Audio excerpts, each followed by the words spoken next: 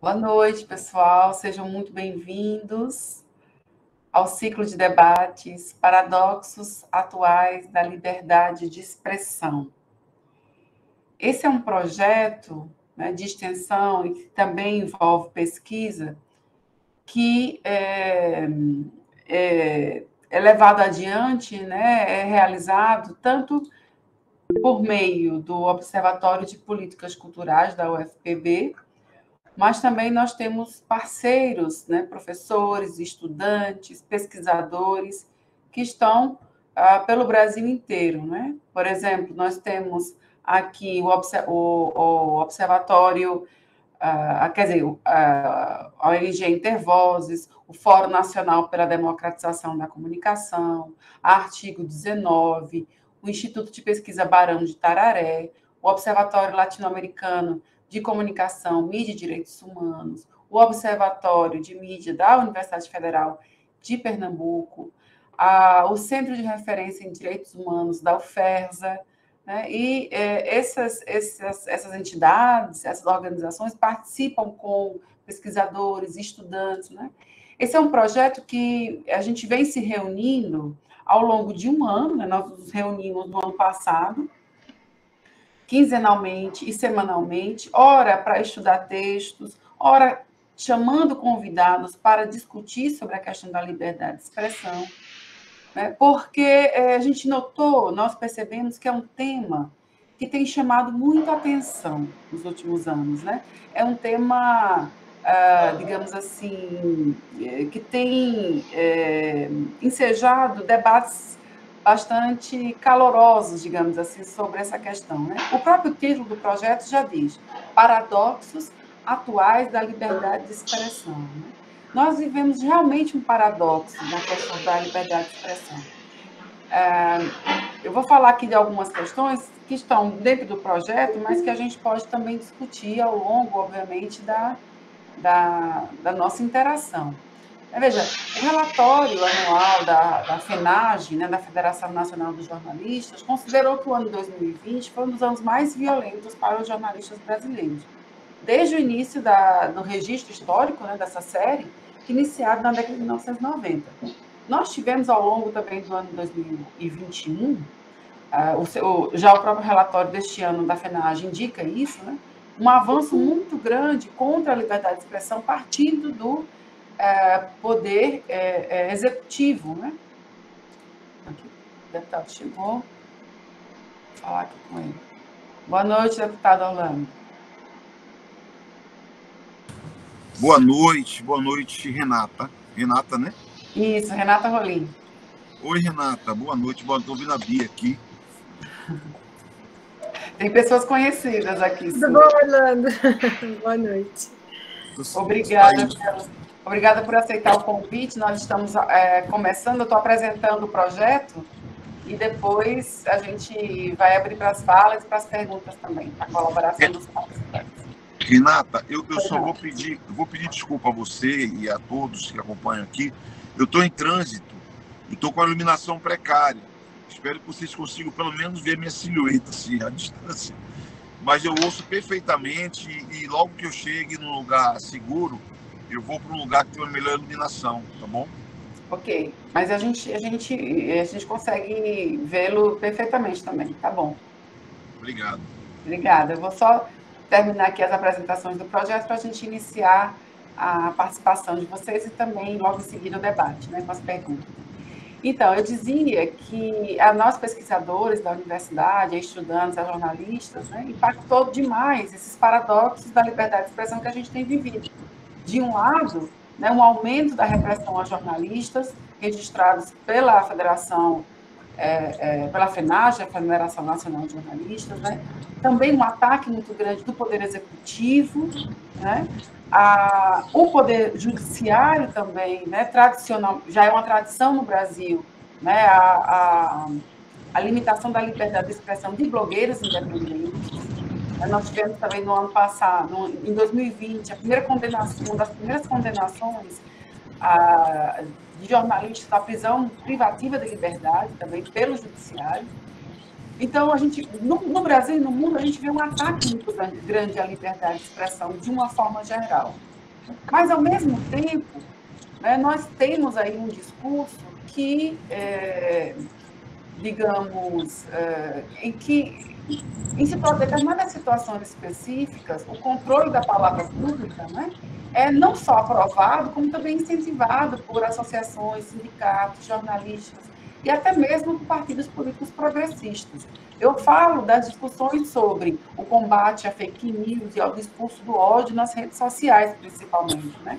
Nós tivemos aí, em 2020, 2019, o início da discussão, quer dizer, essa discussão do projeto da lei das fake news vem desde 2018, mas se intensifica mais amplamente em 2019.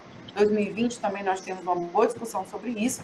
Nós tivemos, só para lembrar recentemente também, o próprio STF iniciando o inquérito, extrapolando suas competências e iniciando o inquérito judicial para apurar também as chamadas fake news, né, contra os membros do STF também. Então, são esses paradoxos. Nós temos, de um lado, um aumento muito grande da repressão à liberdade de expressão, registrada pelas mais diversas organizações do mundo inteiro, mas, ao mesmo tempo, parte da sociedade brasileira e mundial também avança o discurso da exigência de um maior controle sobre as redes sociais e um maior controle também sobre determinados discursos. Então, tudo isso, esse panorama, né, exige muito dos pesquisadores, dos políticos, dos jornalistas e do cidadão, de uma forma geral, que se preocupa, de fato, com a democracia, porque a liberdade de expressão é um desses pilares. Né? Então, para finalizar esse projeto, que teve aí um ano de discussões, encontros, debates, nós estamos promovendo esse ciclo de debates que começa hoje, com o tema liberdade de expressão, desinformação e eleições. Né? Nós temos como convidados de hoje a jornalista Bia Barbosa e o deputado federal Orlando Silva. Já falo um pouco sobre a biografia rápida deles. E nós temos também no dia 21 de março, nesse mesmo horário, nesse mesmo canal também, uma outra discussão que é a privacidade e capitalismo de vigilância, com Jonas Valente e outros convidados nossos também. Então, sem mais delongas nem esperas, nós vamos começar a iniciar nosso debate. Como é que a gente pensou em fazer esse debate? Né? Nós vamos inicialmente conceder de 15 a 20 minutos aos nossos palestrantes para tratarem do tema de uma forma mais geral, e em seguida nós vamos abrir para as perguntas, vamos fazer bloco de 5 perguntas, né? Quem está na sala vai poder fazer pergunta para os participantes, para os palestrantes, perguntas de até 2 minutos, eu peço que vocês sejam sucintos, né? Nas perguntas, para que a gente possa fazer, para que o máximo de pessoas possam também perguntar, interagir, né? E é isso. Então, eu vou apresentar aqui a Bia Barbosa, em seguida a gente passa a palavra para o deputado Orlando Silva. Então, Bia Barbosa é jornalista e atual coordenadora do Intervozes, especialista em direitos humanos pela USP e mestre em políticas públicas pela Fundação Getúlio Vargas. É integrante da executiva do Fórum Nacional pela Democratização da Comunicação, FNDC, da Comissão Nacional de Ética dos Jornalistas e é coautora de 2 livros, A Sociedade Ocupa a TV, o caso Direitos de Resposta e o Controle Público da Mídia, e A Quem Pertence o Corpo da Mulher.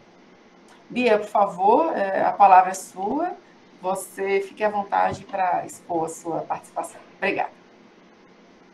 Obrigada, Renata. Bom, boa noite a todos e todas e todos. Muito bom ver vários colegas e colegas aqui. Muito feliz e honrada de poder compartilhar esse primeiro debate com o deputado Orlando Silva, que tem sido uma referência no Congresso Nacional do ponto de vista da discussão em defesa da liberdade de expressão no nosso país.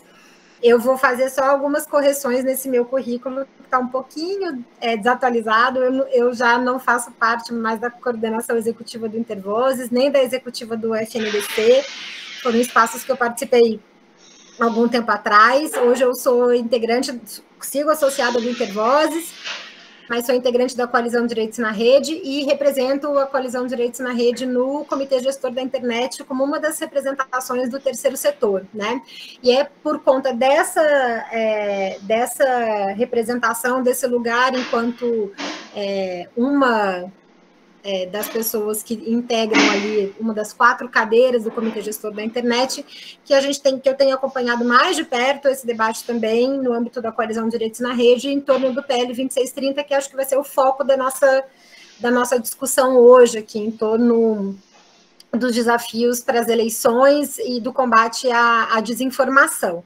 Então, só para ajustar um pouquinho o currículo, deixando muito claro aqui que eu não estou falando em nome da Coalizão Direitos na Rede, nem do Intervozes e nem do FNDC, são espaços muito queridos né, onde eu pude construir a minha história de militância, mas que nesse momento eu não estou integrando a direção nem do Fórum e nem do Intervozes. Bom, eu, quando a querida Ana Veloso me convidou para fazer parte desse debate, depois eu pude trocar uma rápida ideia com ela e também com Renata, para entender um pouco que pontos que vocês achariam interessante da gente aprofundar nessa primeira contribuição aqui, antes das perguntas de vocês. E acho que queria ir por um caminho aqui que dialoga também com a apresentação, com a introdução inicial que Renata fez, e vou tentar construir uma linha de raciocínio aqui que nos leve ao PL 2630 como um mecanismo importante de enfrentamento ao processo de desinformação em curso no país. Primeiro, eu acho que quando a gente pensa em eleições e liberdade de expressão no cenário brasileiro, eu acho que a gente tem podemos listar vários, mas penso prioritariamente em 3 grandes desafios para a gente considerar nesse ano de 2022. Né? Primeiro é um desafio histórico que o Brasil tem, do que significa, do ponto de vista da garantia de um debate efetivamente plural no processo eleitoral, com um contexto histórico de brutal concentração da propriedade dos meios de comunicação. A gente sabe o quanto que a produção jornalística sobre o próprio processo eleitoral ela influencia na formação, não só na informação, mas na formação e na decisão do voto por parte do eleitor, e essa concentração histórica que a gente tem, principalmente na radiodifusão brasileira, mas não só, ela tem impacto, sim, nos debates públicos e em como uma eleição como uma campanha eleitoral é recebida pelo conjunto dos cidadãos. É óbvio que cada vez mais, e nos últimos anos, a internet tem ganhado um espaço de grande relevância. Em 2018, a gente viu a eleição mais permeada pelo debate feito no ambiente digital que a gente tem, mas eu acho que a gente não pode ignorar o desafio que está colocado de uma concentração histórica nos meios de comunicação chamados tradicionais para o processo eleitoral. Um outro tema que eu acho que este ano vai ter uma repercussão bastante importante, tem a ver com o que a Renata colocou no início, que é o crescimento dos índices de agressão e violências contra comunicadores e contra jornalistas, contra quem produz conteúdo. Acho que a gente já viu um processo eleitoral em 2018 assim, em 2020 também, de grandes ataques ao exercício da atividade jornalística, da produção de conteúdo, de comunicadores populares, ativistas, né, de comunicadores sociais, e acho que esse ano a gente vai ter, pelo fato de estarmos numa eleição em que o bolsonarismo vem para um tudo ou nada, no sentido de se garantir, né, de querer se manter no poder a qualquer custo. Vem para um embate muito forte em relação a isso e o jornalismo vai sofrer mais ataques do que já vem sofrendo nesse processo de pandemia, no processo de crise econômica, nas discussões sobre a agenda ambiental, sobre a agenda de gênero, de raça, de direitos humanos em geral, que sofre cada vez que se manifesta, e acho que no processo eleitoral a gente precisa estar muito atento para agressões e ataques e intimidações a comunicadores sociais e jornalistas que vão ser sentidos aí no processo eleitoral. E o terceiro desafio, que é o objeto da nossa conversa de hoje, mas que eu acho que ele não está dissociado desses outros 2, é o desafio da desinformação, que não é algo que nasce com a internet, é algo que é presente, inclusive, na história da radiodifusão e dos grandes meios tradicionais do Brasil, mas que ganha, obviamente, com as redes sociais, com serviços de mensageria, um alcance e uma velocidade de distribuição muito significativos, com um impacto e resultados dessas campanhas de desinformação também muito significativos, considerando principalmente a possibilidade de você direcionar conteúdos de uma maneira muito individualizada a partir da coleta e tratamento massivos de dados que essas redes e essas plataformas digitais permitem, e que acabam resultando aí num cenário de você receber fake news a qual você está mais propenso a acreditar, né?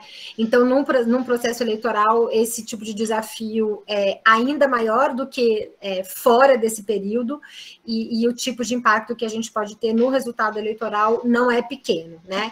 Acho que se em 2018 a gente teve como uma grande preocupação os disparos em massa nos grupos de WhatsApp, eu acho que em 2022 a gente tem desafios muito maiores do que esses. Esse não desapareceu, mas eu acho que a gente tem desafios muito maiores para a garantia de um processo eleitoral democrático e desafios que perpassam a questão da liberdade de expressão.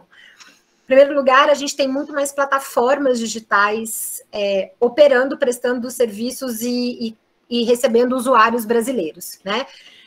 Nós mesmos lá no Intervozes fizemos uma pesquisa em 2020, quando estavam começando a surgir outras plataformas. Hoje você tem um universo gigante de plataformas e você tem plataformas que fazem questão de não ter representação no país, ou fazem questão ou não tem nenhum interesse em colaborar com autoridades públicas durante um processo eleitoral, de maneira que hoje é muito mais difícil você conseguir monitorar a quantidade de conteúdo que está circulando nesses ambientes, que está circulando nessas redes sociais, e inclusive tomar medidas legítimas de uma campanha eleitoral, seja entre candidaturas, entre partidos políticos, que você, eventualmente, quando tinha um número menor de plataformas de redes sociais e de serviços de mensageria operando, você talvez tivesse, nunca foi fácil, mas tivesse uma dificuldade menor do que você tem hoje, nesse contexto de multiplicação das plataformas. A gente tem, do ponto de vista da coleta e tratamento dos dados, hoje a gente tem uma lei geral de proteção de dados pessoais em vigor no país. O deputado Orlando foi relator desse processo na Câmara dos Deputados, e essa lei, sem dúvida nenhuma, traz uma série de ferramentas para o combate a esse direcionamento de conteúdo desinformativo com base no tratamento de dados pessoais, mas a gente só vai garantir de fato que essa lei seja cumprida, e os inúmeros casos que a gente tem visto de abuso no tratamento de dados pessoais acontecendo hoje, eles revelam muito o quanto que a gente ainda tem uma autoridade nacional de proteção de dados pouco robusta e pouco capaz de dar respostas céleres e efetivas, como as que são necessárias num processo eleitoral, né? Basta a gente ver as respostas que, na minha avaliação, a ANPD não tem dado para uma série de casos. Se você pensa num período de campanha eleitoral de, no máximo, 3 meses, o que significa uma ausência de respostas rápidas e céleres e efetivas de abusos no tratamento de dados pessoais para direcionamento de conteúdo desinformativo para os eleitores, o impacto que isso pode ter numa campanha eleitoral de curta duração, né? Acho que a gente tem novos desafios tecnológicos que vão se colocando cada vez mais no cenário da disputa. Se lá atrás a preocupação com as deepfakes era uma coisa que poderia parecer distante de nós, hoje elas acontecem, são uma realidade do nosso cotidiano, e vão ser muito frequentes no processo eleitoral, desde áudios, desde a manipulação de vídeos, né? O noticiário na semana passada mesmo mostrou uma plataforma só para criar vídeos imitando Lula e Bolsonaro no processo eleitoral, o quanto que a gente pode ter eleitores de fato acreditando que estão recebendo áudios dos dois principais candidatos que vão disputar as eleições e o desafio que isso traz do ponto de vista do enfrentamento à desinformação. E eu coloco um último ponto que me parece bastante preocupante, é que de 2018 para cá, me parece que o TSE avançou pouco para dar a resposta que ele precisaria dar do ponto de vista da velocidade, do alcance, né, da celeridade, da efetividade para o enfrentamento à desinformação. Né? A gente teve mudanças no Código Eleitoral que não foram aprovadas a tempo pelo Congresso Nacional e que poderiam contribuir nesse processo. A gente, a própria estrutura da Justiça Eleitoral não conta com ferramentas, né, e nem com pessoal preparado para dar conta de um monitoramento do conjunto das práticas desinformativas que vão estar circulando e que vão estar impactando no processo eleitoral. E, institucionalmente, a gente vê um interesse muito maior do TSE em combater a desinformação que diz respeito ao processo eleitoral, que é fundamental de ser combatida, porque, né, a gente sabe o quanto que um questionamento significativo da população sobre a lisura do processo eleitoral, sobre o resultado do processo eleitoral, pode ser pode ter um impacto enorme para o processo democrático, que são as eleições, mas me parece que as grandes autoridades do nosso país, hoje, elas estão muito preocupadas com o enfrentamento à desinformação que diz respeito a elas próprias, né? Renata citou aqui a questão do enfrentamento no inquérito das fake news no TSE, foi um inquérito que foi motivado por desinformação contra os ministros, contra o tribunal. E a gente vê o TSE fazendo campanhas na televisão, explicando a segurança das urnas eletrônicas.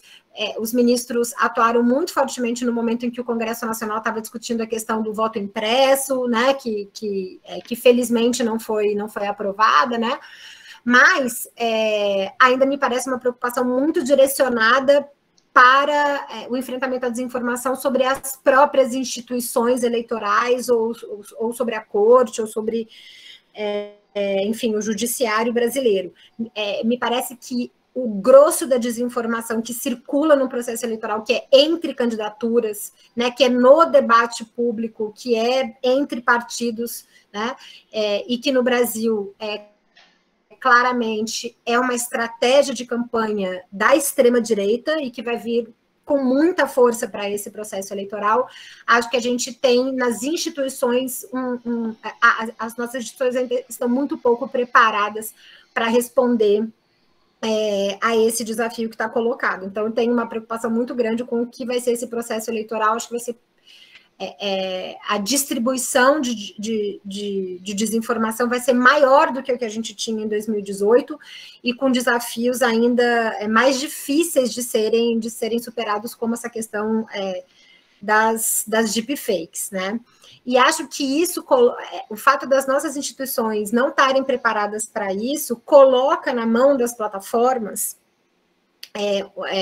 um poder muito grande para que esse enfrentamento possa ser feito, né? A gente está aumentando a nossa dependência em relação às plataformas para a gente poder ter um enfrentamento efetivo à desinformação no país. E acho que esse é um paradoxo, né?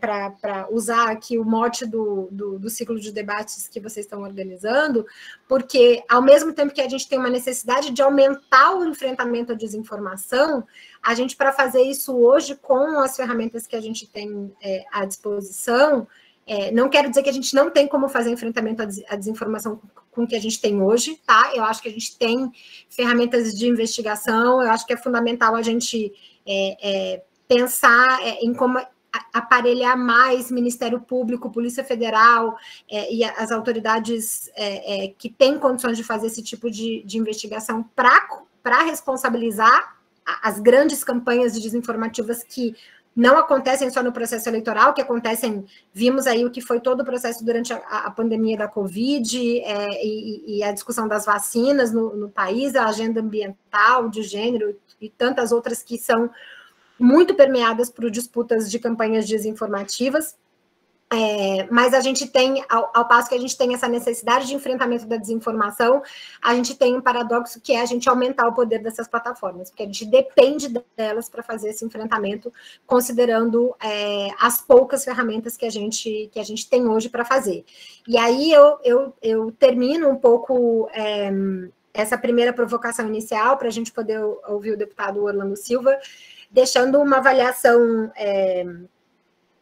que é minha, também do coletivo ao qual eu estou associada, que é o Intervozes, e também de uma parcela importante das organizações que estão na Coalizão Direitos na Rede, mas não falo novamente aqui em nome de ninguém, mas da gente eu entendo, e acho que algumas organizações, e o Intervozes é uma delas, entendem que o PL 2630, que nasce, né, como uma lei de transparência, liberdade e responsabilidade na internet, traz ferramentas importantes, sim, para o enfrentamento à desinformação, e também pode trazer essas ferramentas para o processo eleitoral. O foco do PL não são as eleições, mas se ele estiver em vigor, né, se ele já tiver cumprido o seu tempo de vacatio legis, se ele for aprovado, né, eu sei que o deputado Orlando vai falar sobre isso, mas o objetivo de ter isso aprovado no Congresso Nacional do mês de março,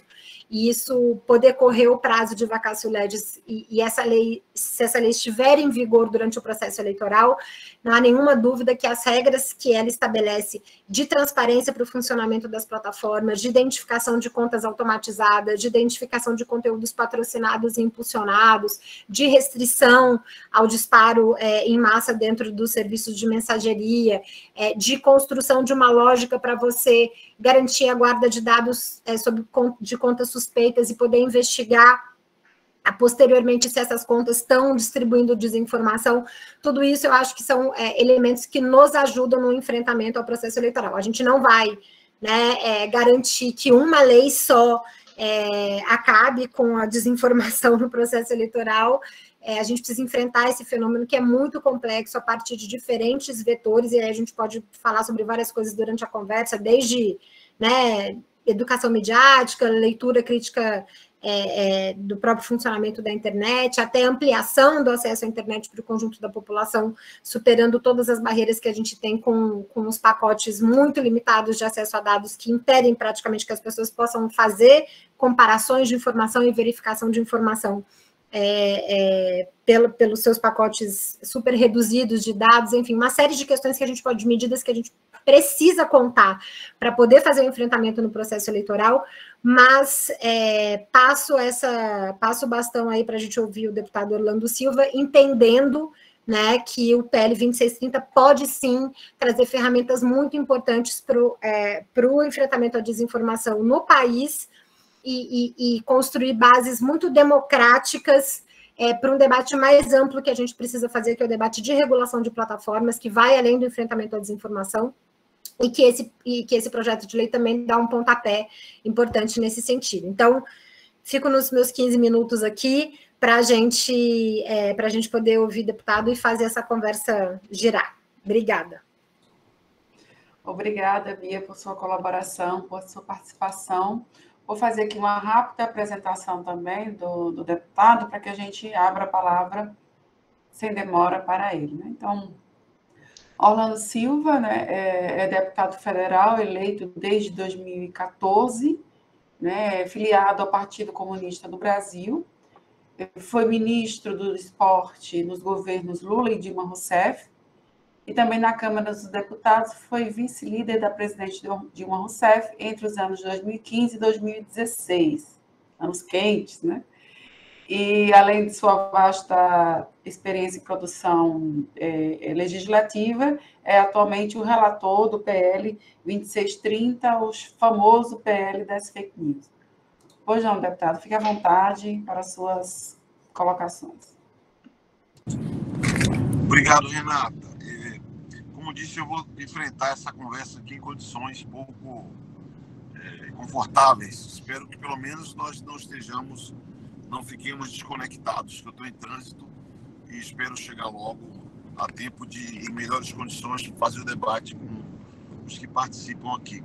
Queria cumprimentar, Renata, agradecer o convite, agradecer a a Bia pelo pronunciamento, pelos ensinamentos. A Bia é nossa mestre, tem que colocar no currículo dela que ela é mestre das mestres que ensina os deputados sobre temas vinculados ao universo digital. Ela e o time todinho da Coalizão Direitos na Rede são parceiros fundamentais para os debates que fazemos lá. E eu considero que é bem importante que nós tenhamos assim um diálogo e consigamos, Renata, mobilizar mais e mais a inteligência brasileira, grupos de pesquisa, estudiosos, para colaborar com um debate que eu espero seja um debate público cada vez mais intenso, que envolve os vários aspectos da internet e a vida pública brasileira. Eu chamaria a atenção da importância desse tema, porque nós votamos na Câmara dos Deputados, evidentemente, duas leis recentemente. Primeiro foi a lei em defesa do Estado Democrático de Direito, que substituiu a famigerada Lei de Segurança Nacional. E depois votamos na Câmara dos Deputados, está em tramitação no Senado Federal, o Código Eleitoral e o Código de Processo Eleitoral. Duas leis de matéria que versam sobre temas importantíssimos para a democracia, e o debate digital já entrou com muita força. Então, chama a atenção de que é bem importante que os grupos de pesquisa que se vinculam ao tema se sintonizem e procurem influenciar esse debate que eu diria é vital para a democracia. O debate sobre a regulação da internet, a regulação de condutas na internet, é um debate fundamental para que a gente possa viver dias melhores, digamos assim, em nosso país.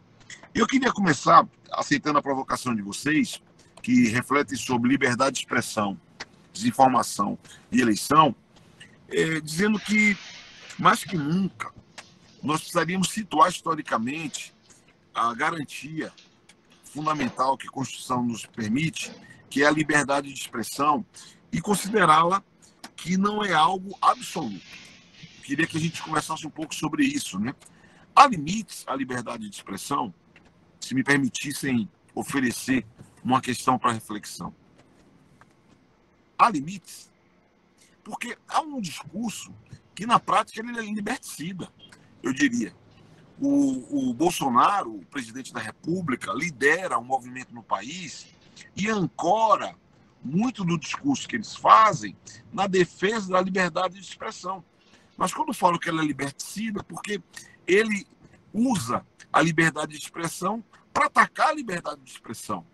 Ele usa a liberdade de expressão para atacar a democracia, que é um instrumento que viabiliza o pleno exercício da liberdade de expressão, pondo em choque isso que é uma garantia individual, que é um direito fundamental, com o interesse social, coletivo, diria até maior, de um bem maior a ser preservado, que é o bem da democracia. Então, eu diria que, com toda a delicadeza que esse tema nos traz, mas nós precisamos refletir sobre esse conceito. É absoluto?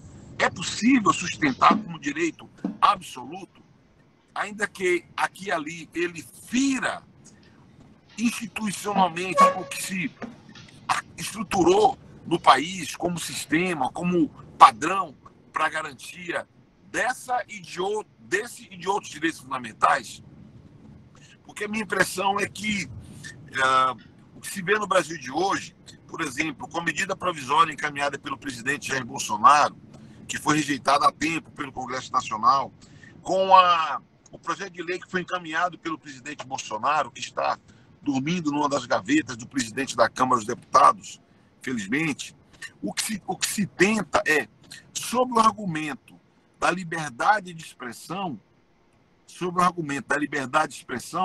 o que se pretende é, digamos assim, amordaçar o sistema de aplicativos de internet que conectam pessoas e que permitem o debate público. Porque a ideia é de justa causa, apenas quando houvesse justa causa, seria permitida a plataformas. A realização de moderação de conteúdo na prática, você, sob a defesa da liberdade de expressão, você tenta amordaçar mecanismos que devem funcionar para que o debate público aconteça com algum nível de sanidade e de saúde. E o detalhe, Renata, é que, para usar a palavra que você trouxe aqui na introdução, essa movimentação ela traz muitos paradoxos. Porque nós próprios, que somos defensores, eu falar por mim, né?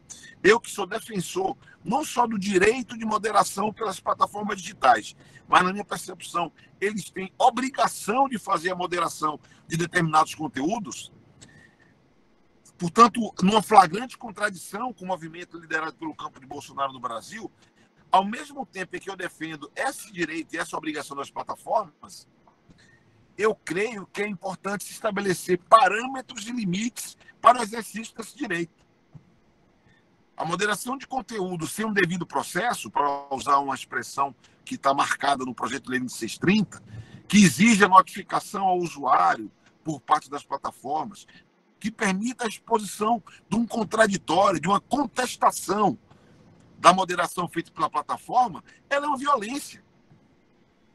Nós deveríamos avançar até mesmo para uma reparação, o direito do usuário ser reparado no prejuízo alcançado por uma moderação equivocada, que ela existe também.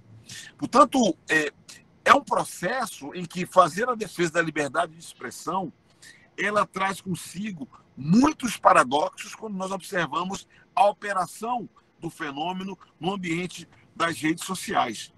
Diria, portanto, que não tratar como direito absoluto. Diria que pensar uma regulação da internet, pensar uma regulação de condutas de agentes da internet, pensar uma regulação de condutas de agentes públicos da internet, aqui entrando em temas vinculados ao projeto de lei 2630. Nós criamos um conceito, diferentemente do que estava previsto originalmente no texto, o conceito de contas de interesse público.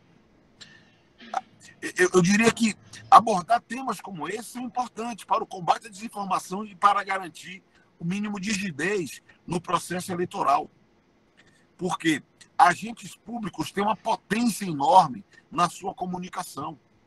E essa potência, ao fazer a comunicação, ela deve seguir princípios da administração pública, entre os quais regras de transparência, que, não havendo previsão legal, o que se vê é conduta de agentes públicos, de titulares de contas de interesse público, ao arrepio daquilo que seria básico na conduta de um personagem público, que é uma liderança pública, que é um espelho da sociedade, que deveria ser inspiração para condutas sociais. Então, eu diria que a regulação da internet, de condutas da internet e desses aplicativos é algo que também é decisivo para que nós possamos criar um ambiente, eu tenho falado assim para tentar ser mais didático, né? Um ambiente menos tóxico na internet. É muito importante que nós tenhamos regulação. Hoje, Renata, por exemplo, aconteceu um fato para mim inédito, nunca tinha visto. O principal buscador que atua na internet, que é o Google, que é parte interessada no debate público que nós fazemos sobre o PL 2630, eles, não sei se vocês todos perceberam, eles, qualquer um que buscasse informação no Google hoje, tinha uma manchete logo abaixo do buscador. Conheça aqui os riscos que o projeto de lei de combate a fake news vai oferecer, as ameaças à internet. Quer dizer, é uma manipulação fabulosa de um setor, de uma empresa que é quase monopolística no Brasil, que apresenta como se fora um dado, como se for uma informação objetiva, uma análise e uma posição de um ator no mercado, de um ator econômico no mercado. Então, você percebe que a ausência de regras públicas é que permite que, dentro das regras do jogo, que são regras privadas, porque não é que a internet não tem regra, ela tem regra, só que são regras privadas, são regras estruturadas pelas grandes corporações que têm, muitas delas, um peso quase monopolístico no setor que eles atuam. O debate sobre a influência da desinformação na eleição, O debate sobre a sustentação da liberdade de expressão na rede social, ele está indissociável do debate sobre regulação da internet, sobre parâmetros e limites para aqueles que atuam no ambiente virtual. E o PL 2630, de algum modo, tenta trabalhar sobre essa matéria. Quando a Bia fala que é um gesto inaugural, é porque, por exemplo, um item forte do projeto, e que, na minha percepção, ficará como legado desse debate, é o item relativo à transparência. Eu diria para vocês, se nada mais tivéssemos, Bia, nesse projeto de lei, e se nós conseguíssemos estruturar regras de transparência para que nós possamos saber daquilo que é interesse público, como essas big techs se conduzem, eu diria que seria bastante importante. E aqui elas tentam uma cortina de fumaça no debate, insinuando que nós queremos expor segredo industrial, que nós queremos expor o modelo de negócios, que nós queremos facilitar o manejo por parte de gente que quer fazer uso malicioso da internet. Não se trata disso. Nós queremos ter mais informações acerca de como se estrutura o atual padrão de oferta desses serviços. Isso é muito importante para nós. Eu diria que ajustes do projeto que foram feitos, como, por exemplo, a superação da rastreabilidade. Eu falo sempre desse tema muito constrangido, porque a inspiração para o texto aprovado no Senado, aqui é um debate que todo mundo conhece, né? Vou partir do pressuposto que todo mundo aqui conhece a proposta original do Senado, que previa a tal da rastreabilidade, que é quando você determinaria a guarda de cadeia de encaminhamentos por um período de 3 meses para mensagens que foram viralizadas, digamos assim. Alcançaram 5 reencaminhamentos, 1.000 pessoas em 15 dias. A inspiração dessa proposta, ela é muito legítima. É a busca de nós identificarmos uma fonte primária da desinformação. Eu conheço os personagens que elaboraram essa ideia. É gente honesta intelectualmente, é gente honesta politicamente. Mas a ideia da rastreabilidade, eu não consegui alcançar ainda a sua eficácia vis-à-vis os riscos que ela poderia oferecer para a cidadania, né? A coleta demasiada de dados, a violação da presunção de inocência, digamos assim, que são 2 questões elementares, não é? Há quem chegue até a dizer que engenharia reversa poderia produzir até mesmo chegar à quebra da criptografia e a violação da privacidade daqueles conteúdos. Nunca vi isso muito demonstrado, mas isso fez parte do debate público realizado sobre a rastreabilidade. Então, o projeto 2630, ao tempo que a gente debate as regras de transparência, as obrigações de transparência para as plataformas, ele procura abordar no limite daquilo que não viola a privacidade, no limite daquilo que não viola a coleta, digamos assim, que não estimula a coleta massiva de dados, que não estimula o Estado vigilantista, né, porque a consequência prática da aplicação do texto do Senado era, de fato, organizar uma estrutura de vigilantismo por parte do Estado. Se procura encontrar um caminho que permita a produção de provas e chegar o mais perto possível da origem da disseminação dessa desinformação.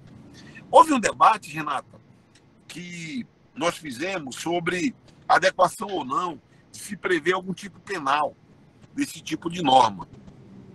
Eu me filio àqueles que são contra o punitivismo penal no Brasil. Gastei 1 ano do meu mandato combatendo o pacote anticrime do Moro, que não era nada anticrime, enfim, é outro assunto. Mas eu dediquei 1 ano do meu mandato para enfrentar aquela matéria. Então, eu sou vinculado àqueles que se colocam contra o encarceramento em massa, se coloca contra o punitivismo penal como solução para o enfrentamento dos problemas. Mas, ao mesmo tempo, eu devo dizer para vocês que o tipo penal previsto nesse projeto de lei, que nós procuramos fazer um tipo mais fechado possível, é também a sinalização de uma convicção de que é preciso, para preservar a rigidez do processo eleitoral, para combater a desinformação, você prever mecanismos que sejam duros no enfrentamento de organizações criminosas. Porque também não podemos ser ingênuos. Não é o tio do WhatsApp que nós estamos falando. tem organizações criminosas de onde se busca e mobiliza dinheiro grosso, dinheiro sujo, dinheiro de caixa 2, que coloca estruturas, aparatos tecnológicos para disseminar mentiras em larga escala e tentar influenciar a formulação do voto, da opinião pública. Aí está lá escrito o tipo penal, que é promover ou financiar, diretamente ou por terceiros, com uso de robô e de ferramentas não disponíveis pelos serviços, disseminar fato que se sabe verídico, que pode comprometer a rigidez do processo eleitoral, sanção de 1 a 3 anos de multa. Aliás, hoje, Bia, uma entrevista com um jornalista da Alemanha, uma brasileira que trabalha com um jornal importante da Alemanha, ela virou e falou assim, mas deputado, 1 a 3 anos é muito pouco. Eu falei, moça, só tem a única sanção mais grave do que a perda da liberdade é a perda da vida. Você fala de 1 a 3 anos como se fosse assim, um algodão doce, né? Então, mas é um tipo penal, Renata, que nós buscamos fazê-lo o mais fechado possível e focado não na conduta individual, mas na construção de organizações criminosas. Elas existem e elas atuam no processo eleitoral. Aí você me perguntaria, mas essas organizações já não existiam antes? Existiam, mas não havia uma tipificação. Eu concordo com a Bia quando ela fala que as instituições brasileiras talvez não tenham se preparado adequadamente para enfrentar essa disputa eleitoral em 2022. Há quem diga, inclusive, que esses memorandos que eu saúdo, subscrito pelo Tribunal Superior Eleitoral e várias das empresas internacionais dessas plataformas digitais, há quem diga, inclusive, que parte dos compromissos dessas empresas estão aquém de obrigações que elas oferecem em outros países. Eu não tive tempo de estudar todos os memorandos, estão na minha mesa, mas é importante que a gente se dê conta disso, de que é necessário nós darmos passos. Se essa lei estiver em vigência, e seguramente, Bia, a vacatio legis dela será escalonada, ela poderá, com determinados comandos, criar um ambiente para que decisões sejam tomadas. A obrigatoriedade de termos uma representação no Brasil, que, para minha surpresa, até no campo da sociedade civil, há quem se coloque contrariamente a essa ideia de ter representação no Brasil, essa obrigatoriedade ela é imediata. Ela não vai exigir o desenvolvimento de um produto, não vai exigir uma alteração na arquitetura de um serviço. Porque uma vacatio mais longa, uma vacatio que é o prazo, né, intervalo da publicação da lei até a vigência plena dela, a eficácia plena dela, ela pode ser mais longa em itens da lei que exigem desenvolvimento de produtos, que exijam alteração na arquitetura do serviço. Matéria administrativa, por exemplo, nos termos colocados, a exigência de ter uma representação no Brasil é uma matéria administrativa de manejo simples, cujo cumprimento começa, inclusive, com as medidas práticas para que se constitua plenamente essa representação jurídica. Então, não tenho a menor dúvida de que o quanto antes ela deve ser votada.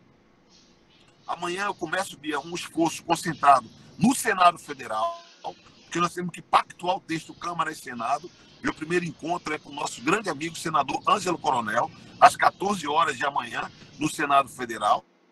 Porque, em tendo um pacto Câmara e Senado, podemos ter uma tramitação rápida na Câmara, o texto da Câmara tem que ser pactuado com o Senado, uma tramitação no Senado. Enfrentaremos um veto do presidente da República, não tenho a menor dúvida, em que pese ter feito uma reunião técnica importante com o governo na semana passada, mas eu não tenho expectativa de que nenhum veto aconteça. Imagino que veto acontecerá. Teremos que fazer um esforço de derrubada de veto no Congresso Nacional. Agora, tem uma serventia, termos, parâmetros legais, porque eu estou convencido de que o Poder Judiciário atuará, será provocado, e melhor que seja em sintonia com os parâmetros fixados numa lei. Isso já produzirá um compromisso maior, agora de dois poderes, legislativo e judiciário, em torno da busca do respeito à rigidez do processo eleitoral.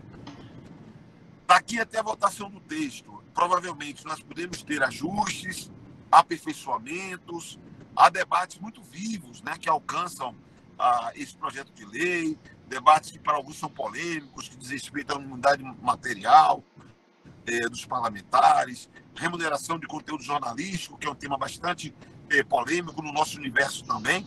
Mas eu estou convencido que, eu não entrei em item a item do projeto, mas eu valorizaria muito regras de transparência, obrigações de transparência, valorizaria muito trato adequado dos serviços de mensagem instantânea, valorizaria muito puxar para a roda a ideia de autorregulação regulada e termos um espaço como o Comitê de Gestor da Internet, a dar um exemplo, o CDR, o Comitê de Direito, a Coalizão de Direitos na Rede, a sociedade civil, especialistas que estão sentados à mesa no Comitê de Gestor da Internet, que podem ter um papel supervisor dessa autorregulação, pode ter uma responsabilidade importante na autorregulação regulada, que é uma previsão constituída na lei. Não tenho a menor dúvida de que os passos ali situados poderão influenciar a termos um processo, um debate público na internet no período eleitoral e um processo eleitoral em que, de mãos dadas, muitos atores podem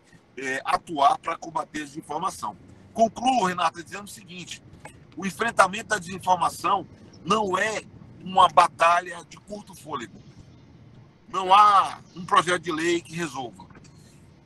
Há que se ter eu valorizo o debate público porque há que se ter uma mobilização da sociedade brasileira em torno de superar essa chaga, essa fase. Vai passar essa era. Eu tenho convicção disso. Mas é preciso que nós possamos dar um passo após o outro. E a votação desse projeto de lei eu situo como parte de um processo inexorável de regulação da internet e parte de um debate fundamental para enfrentar a desinformação no Brasil e os riscos que ele pode oferecer ao processo eleitoral. Peço desculpas aí pela fala desorganizada, o dia está bem longo, digamos assim, mas é uma tentativa de ajudar, provocá-los aqui nessa reflexão. Obrigado. Muito obrigada, deputado Orlando Silva, por sua contribuição e por sua disponibilidade também, né? Que bom que contamos com sua presença hoje. Gente, então, como a gente tinha se organizado, né? Vamos abrir agora para as perguntas. Até 5 perguntas, né? No bloco de 5 perguntas. 2 minutos para cada perguntador, para cada pessoa fazer sua pergunta e depois passa a palavra para os nossos debatedores. Eu tinha colocado aqui no chat, né, que quem quisesse fazer a pergunta já poderia se inscrever aqui, mas até agora a Denise levantou a mão. Por favor, gente, quem quiser mais também fazer pergunta, faça na sequência. Então, bem-vinda, Denise. 2 minutos, por favor, para a pergunta. Obrigada. Obrigada, Renata. Obrigada, Bia. Obrigada, deputado Orlando. Esse é um debate sem fim, né? A gente está sempre aprendendo. A minha pergunta se centra em 2 pontos. A questão internacional. Eu acho que a gente não resolve isso regulando nacionalmente apenas. Essa é a minha percepção, eu queria ouvir vocês sobre isso. Que esforços extra e como a gente articula isso com o debate nacional que devam ser feitos ao nível internacional? Que esferas vocês acham que a gente deveria centrar a estratégia? E aí, deputado, qual o papel do parlamento nisso? É a ONU? É a área de empresas e direitos humanos? Como é que vocês veem esse caminho, em sendo grandes corporações internacionais, de um monopólio internacional mesmo? Como é que a gente poderia, talvez, se engajar mais nesse debate? E a outra questão que eu pergunto é o oposto, que é qual é o papel do Estado Nacional? Eu fico sempre achando, e a gente conversa isso assim, o tempo todo, Rafa é a nossa grande especialista que está aqui presente, que se o Tribunal Superior Eleitoral, o Ministério Público Federal, eles tivessem, por exemplo, levado adiante as investigações sobre fake news nas eleições de 2018, se tivessem levado a sério todo o conjunto de provas que a jornalista Patrícia de Campos Mello apresentou, se tivessem dado curso aos inquéritos, identificado quem está financiando isso, pagando isso, que é um papel do Estado Nacional fazer isso, né? Fazer investigação, Eu acho que o Tribunal Superior Eleitoral hoje estaria numa situação muito mais confortável de como lidar com a situação. Então, como é que vocês veem isso, assim, essa questão do papel do Estado Nacional em produzir mais segurança jurídica mesmo, no sentido de fazer as devidas investigações? Onde é que está o furo? É o Ministério Público Federal? São os tribunais? A gente deveria advogar mais nessa área? Enfim, são essas duas perguntas. Obrigada, hein? Obrigada, Denise. Marcos, por favor, 2 minutos.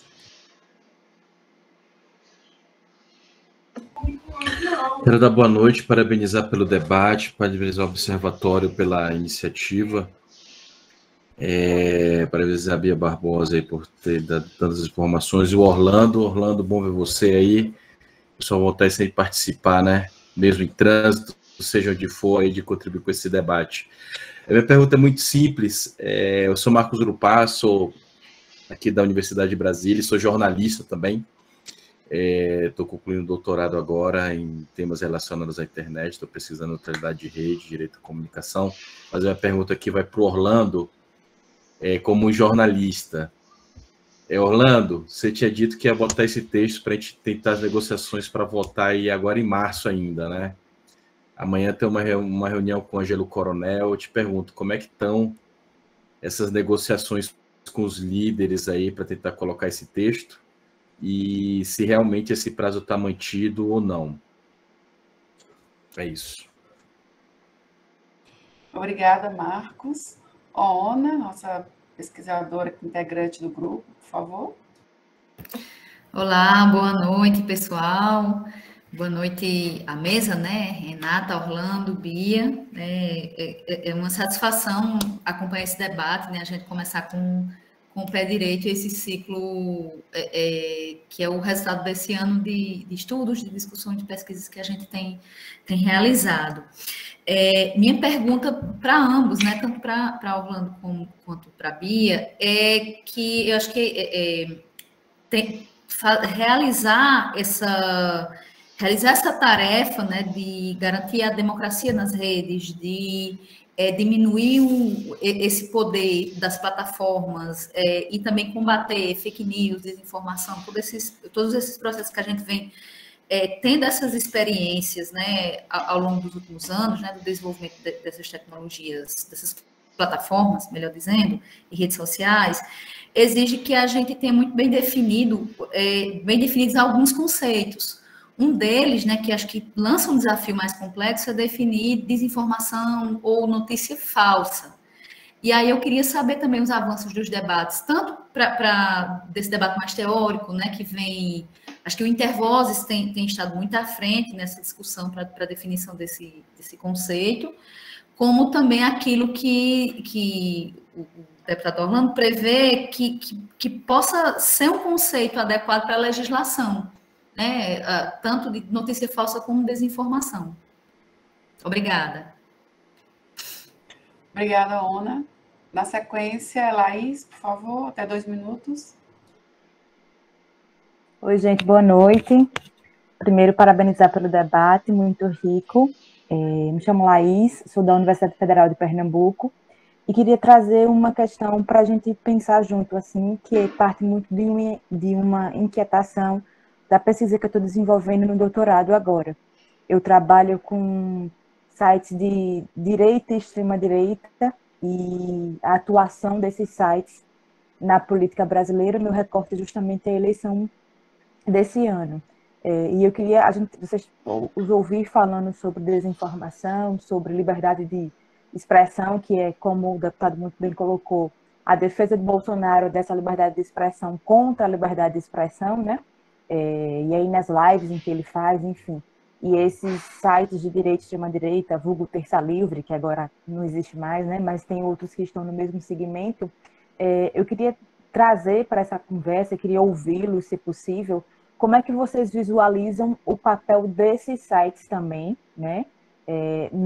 Nesse campo eleitoral, porque a gente vem falando dessa coisa da disseminação de informação, de conteúdo de massa, com o WhatsApp, com o Telegram, a gente está falando muito dessas plataformas, baseada também nesse conteúdo de de desinformação estruturadazinha num texto que é replicado e encaminhado, né? Mas a gente também sabe que existem essas estruturas desses sites, entre aspas, noticiosos, né, fora do mainstream, que se colocam como uma fonte de informação alternativa aos veículos de mídia tradicional, inclusive se travestem, né, dessa coisa de dizer que somos esse lugar que você vai ler e ouvir e saber a verdade. Queria saber como é que vocês visualizam o papel desses sites, direita, extrema-direita, nesse período eleitoral desse ano. Obrigada.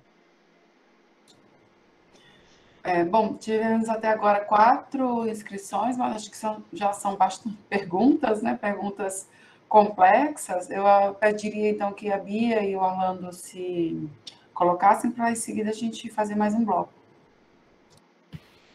Tá, joia. Quer que eu comece, Renata? Posso começar? Por favor. Então, vamos lá. Primeiro, Denise, obrigada pela questão. Eu acho que você tem razão quando você fala que a gente não vai conseguir resolver essa agenda, né, apenas do ponto de vista de uma regulação nacional, e eu acho que você está correta em relação a isso, pelo fato da gente estar enfrentando, né, empresas globais que nos seus respectivos setores são praticamente monopolistas, mas pela própria dinâmica de funcionamento da internet, o desafio vai ser sempre lidar com essa questão da territorialidade, de onde essas empresas estão localizadas, aqui legislação, os servidores onde os dados que elas coletam e onde ficam esses dados armazenados, aqui legislações desses servidores respondem, né? Então tem todo um debate global, internacional sobre isso, sobre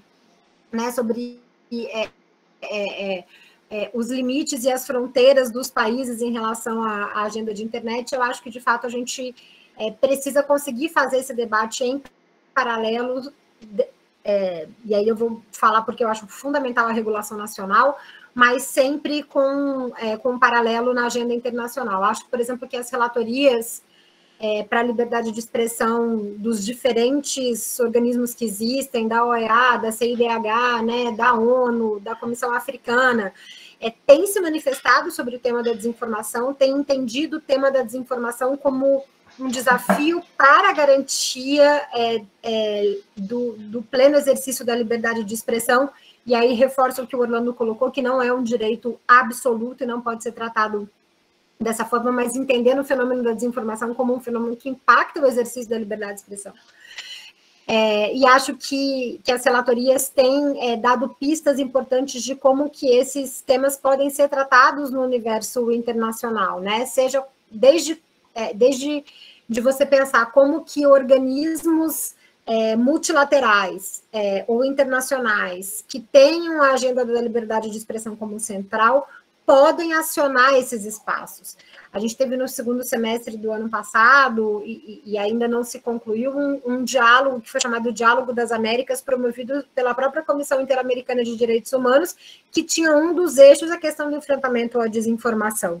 Então, eu acho que tem espaços de articulação fundamentais de serem ocupados nesses ambientes internacionais que permitem, muitas vezes, a construção de alianças para o enfrentamento a esse fenômeno no âmbito nacional. Então, que experiências que a gente pode aprender com outros países, ou que iniciativas regulatórias que outros países desenvolveram, ou que iniciativas a gente não pode se inspirar de maneira nenhuma porque deram errado nesses países, mas que a gente tem o ambiente internacional para fazer essa troca, para fazer essa partilha, para fazer esse aprendizado, para olhar para a nossa regulação, né? Acho que o Fórum de Governança da Internet, que é um evento anual da ONU, que tem os seus capítulos latino-americano, tem o capítulo brasileiro aqui no Fórum da Internet no Brasil, que vai acontecer esse ano em Natal. Acho que são espaços importantes para a gente conseguir fazer essa articulação internacional e esse aprendizado coletivo sobre como enfrentar esse fenômeno. Agora, eu acho que a gente precisa, e o Brasil eu acho que o esforço do PL 2630 é um passo nesse sentido, a gente precisa avançar na questão da regulação nacional. né?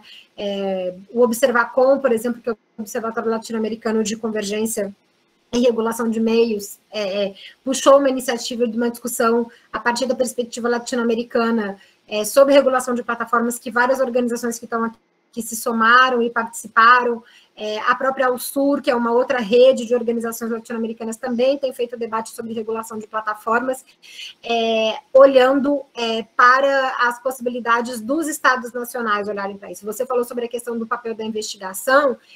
Eu trago, por exemplo, o papel do Estado na questão da concentração econômica dentro de cada país. É outro mecanismo regulatório que o Estado brasileiro poderia estar desenvolvendo e que se mostra muito relevante. Orlando citou o exemplo aqui, por exemplo, do Google hoje fazendo, né, na sua própria página uma propaganda contra o PL, e as outras plataformas, Instagram, Facebook, têm direcionado o conteúdo patrocinado para os usuários e conteúdos bastante desinformativos sobre o PL 2630, usando do seu poder altamente monopolístico ali para defender os interesses corporativos dessas empresas, né? E aí, e pensar que a gente poderia estar enfrentando esse debate para além dos termos do PL 2630, mas nos termos da regulação econômica da concentração que essas plataformas têm no país. Seria uma medida do Estado Nacional. A gente poderia ter, por exemplo, o Marco Civil da Internet, que é uma legislação que já está em vigor no Brasil há quase 10 anos, é uma lei de 2014, ele tem uma previsão de responsabilidade das plataformas que prestam serviço para usuários brasileiros de respeitarem a legislação do Brasil. Ele poderia estar sendo usado, por exemplo, como instrumento para responsabilização judicial, com devido processo, obviamente, né, seguindo todas as etapas democráticas disso, para poder responsabilizar plataformas que não respeitam a legislação nacional no seu funcionamento. O debate do próprio Telegram, que às vezes fica muito reduzido num debate sobre bloqueamos ou não bloqueamos o Telegram, que eu acho que esse é uma parte do debate sobre o Telegram, mas a Justiça Nacional, por exemplo, poderia estar responsabilizando o Telegram por outras violações da legislação nacional que são praticadas pela plataforma, e não necessariamente a gente precisar do PL 2630 para obrigar o Telegram a ter uma representação no Brasil. Eu acho que uma parte do desafio que está colocado sobre o Telegram se resolve com esse artigo do PL 2630, mas a justiça brasileira já poderia estar condenando o Telegram em outras temáticas e construir um processo aí de garantia de uma responsabilização maior. Então, acho que tem uma série de outros, além do processo investigatório, eu acho que tem outras áreas que o Estado Nacional poderia estar atuando e poderia estar criando regras de regulação democrática para as plataformas. Sobre a questão que a ONA trouxe sobre a definição de desinformação ou notícia falsa, a gente fez um debate muito grande no Congresso Nacional sobre o desafio que significaria trazer para a legislação uma definição do que seria desinformação ou do que seria notícia falsa e determinar que as plataformas interpretassem essa legislação para definir que conteúdo poderia circular ou não. E o debate nos mostrou que isso significaria abrir um risco muito grande para o exercício da liberdade de expressão dos usuários, concentraria ainda mais poder nas plataformas, no sentido delas definir o que poderia circular ou não, interpretando o que seria um conteúdo desinformativo ou uma notícia falsa. Eu acho que a experiência internacional mostra para a gente, não é que não se deva buscar um conceito. Acho, inclusive, que as plataformas erram quando elas, nos seus padrões da comunidade, elas não dizem que conceitos elas vão utilizar para fazer moderação de conteúdo em relação a conteúdo que eventualmente possa ser desinformativo. Mas a gente cristalizar isso no marco normativo e determinar que as plataformas façam esse tipo de interpretação me parece um risco muito grande. E acho que o PL 2630 ele acerta quando ele busca enfrentar a desinformação a partir do comportamento de determinadas contas e não do conteúdo que essas contas disseminam, do comportamento de determinadas... da questão da transparência dos anúncios, da questão da transparência dos conteúdos impulsionados, da técnica dos disparos em massa, quer dizer, enfrenta esse problema sem ser por meio da análise de conteúdo, que de fato é um processo que pode ser muito subjetivo e que pode levar ao cerceamento da liberdade de expressão. Eu acho que o PL acerta ao não fazer isso, né? O que não quer dizer que a gente não tenha nenhum tipo de definição em relação a isso. A própria legislação eleitoral já traz um artigo que diz que a disseminação de conteúdos sabidamente falsos pode ser considerado um crime eleitoral. A gente já tem isso na legislação brasileira. Mas eu acho que a gente não reforçar isso no PL 2630 foi um acerto. E, por fim, para não me estender muito, que eu já falei demais, a pergunta da Laís sobre o papel desses sites noticiosos, né, entre aspas, que se colocam como uma fonte alternativa de informação. Eu acho, Laís, que a gente está...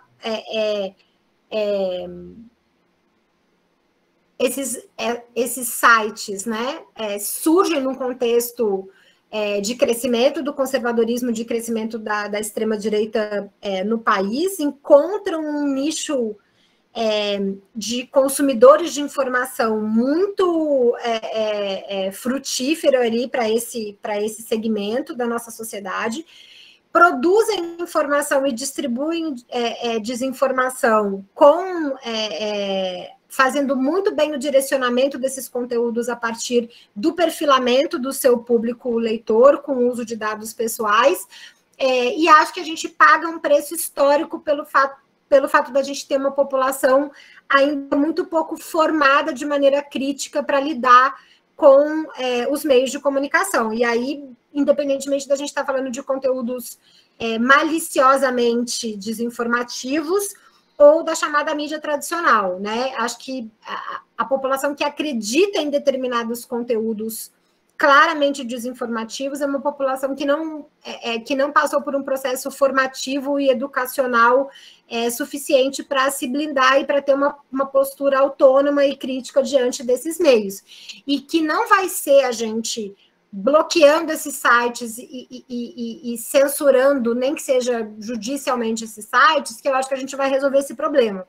Eu acho que sim, uma parte significativa desses conteúdos precisa sofrer responsabilização, porque eles causam dano, né? E a gente está falando de discurso de ódio, a gente está falando de desinformação na área da saúde pública durante a pandemia, a gente está falando de incitação à violência que vem atrelada à desinformação. Acho que isso requer responsabilização, mas eu acho que não vai ser o caminho para enfrentar esse tipo de fenômeno, precisa ser a gente conseguir garantir um ambiente informativo mais plural e mais diverso, para que a contra-informação possa disputar espaço com essas narrativas e, ao mesmo tempo, com políticas de educação e de formação para que a gente consiga enfrentar isso no médio prazo. Porque fechar um ou dois não vai adiantar nada, vão surgir outros, enquanto a gente viver esse contexto de força da extrema-direita no nosso país. E aí o enfrentamento da extrema-direita ele precisa passar por outros elementos, né, que vão além da questão do debate da liberdade de expressão. Desculpa ter me alongado, Renata. Obrigada, Bia. Deputado Orlando, por favor. Então, partindo da provocação da Denise, né, como se for assim, como fazer a regulação no plano internacional? Considerando que são operações globais. Eu chamaria a atenção para a reflexão, Denise, de que esse fenômeno ele tem traços muito próprios do Brasil. Eu acabo de chegar do Chile. É curioso, mas o debate que se faz lá de temas vinculados à internet não são exatamente os nossos debates. Seguramente, se nós formos observar na Alemanha, eles têm lá um tratamento, toda uma preocupação em torno do discurso de ódio, que tem uma dimensão que não tem paralelo com o que a gente vive aqui no Brasil. Os próprios aplicativos, não? Se o serviço de mensagem tem um peso no Brasil, que não tem o mesmo peso em países da Europa. Então, são realidades um pouco distintas dos diversos aplicativos e serviços oferecidos pela internet, e que tem um uso maior ou menor nesses lugares, né? Até mesmo o grau de conexão que nós temos na internet no Brasil é bem precário, né? Nós não temos conexão praticamente, né? É bem pouco, né? Acesso a dados, pacotes de dados, até mesmo o nível de alfabetização analógica, não é digital, que nós temos um nível de analfabetismo funcional no Brasil é chocante. E tudo isso tem um impacto sobre como nós nos relacionamos com a internet, sobre como tem eficácia a comunicação da desinformação na internet. Então, eu diria assim, não é simples, Denise, a gente pensar em soluções globais, porque o impacto que tem esse fenômeno nos vários lugares é bem distinto. Quando a gente debateu proteção de dados pessoais, era talvez mais simples você conseguir identificar as semelhanças que existiam, porque a dimensão cultural, né, o fenômeno cultural do impacto da desinformação nas diversas sociedades, ela se dá levando em conta as particularidades de cada lugar, que vai do nível de acesso à informação até mesmo a quais são as ferramentas e serviços que têm uma maior eficácia. Agora, isso não anula, Denise, eu não tenho a menor dúvida que, se solução houver, ela exigiria algum nível de cooperação internacional. Para usar uma palavra do debate aqui, né?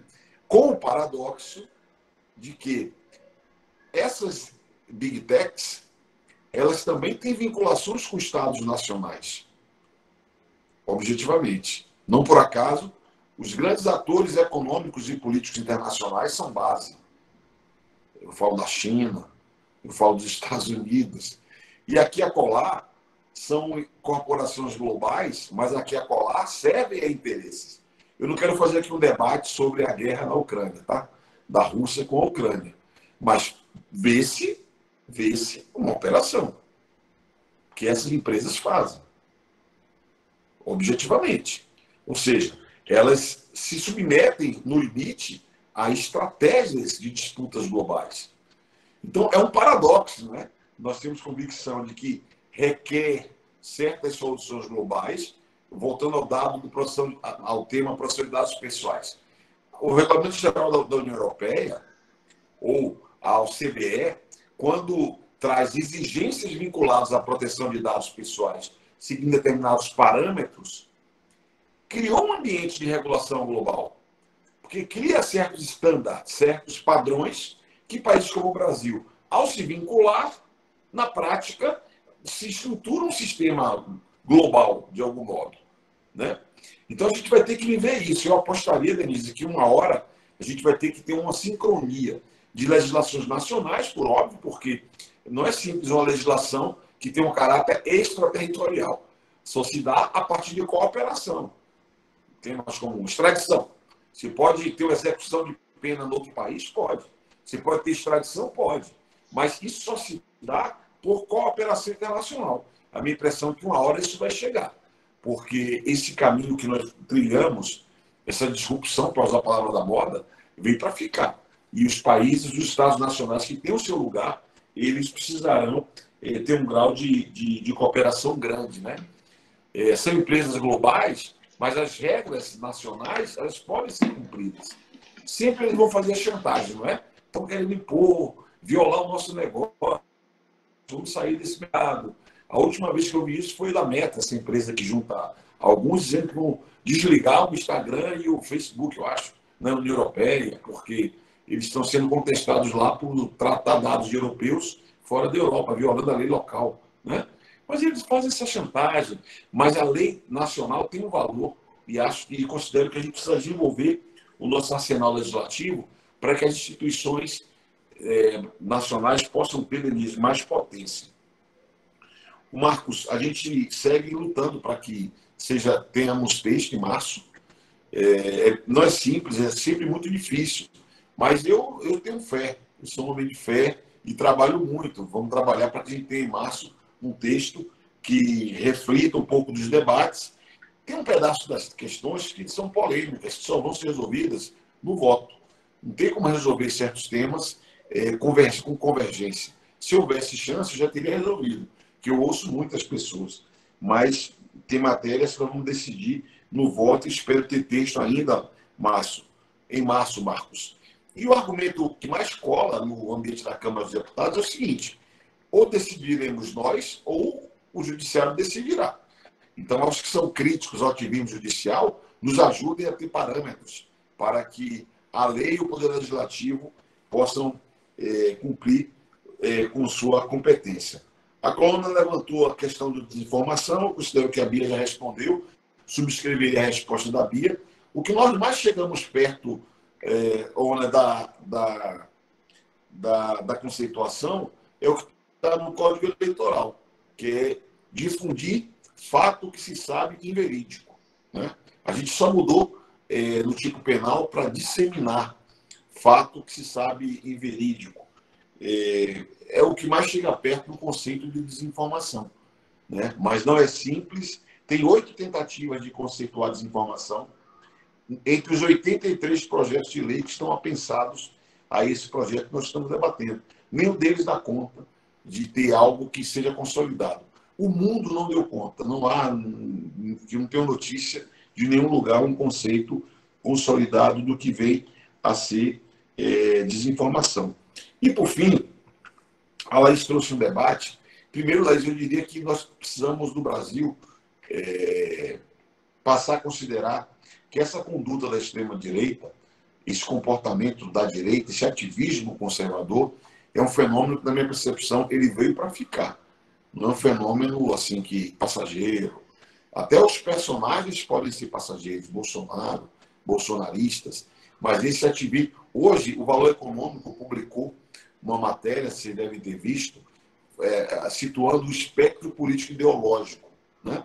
E você tem, quando você reúne o chamado centro-esquerda e centro-direita, nós temos perto de 20%.